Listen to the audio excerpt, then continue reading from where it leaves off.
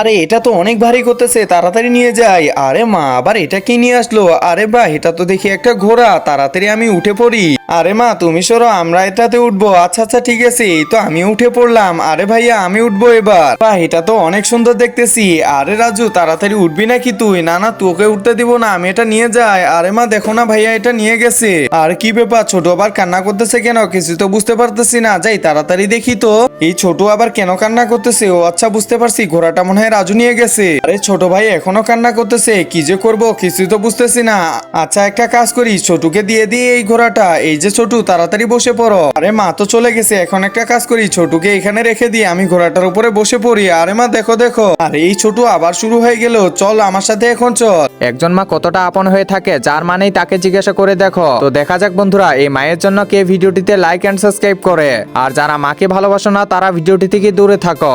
এই রাজু কোনোদিনও শুধরাবে না। আরে মা কি ব্যাপার, তোমরা কোথায় যাচ্ছ? আরে মা এই ঘোড়া হয়ে গেছে এখানে দেখতেছি।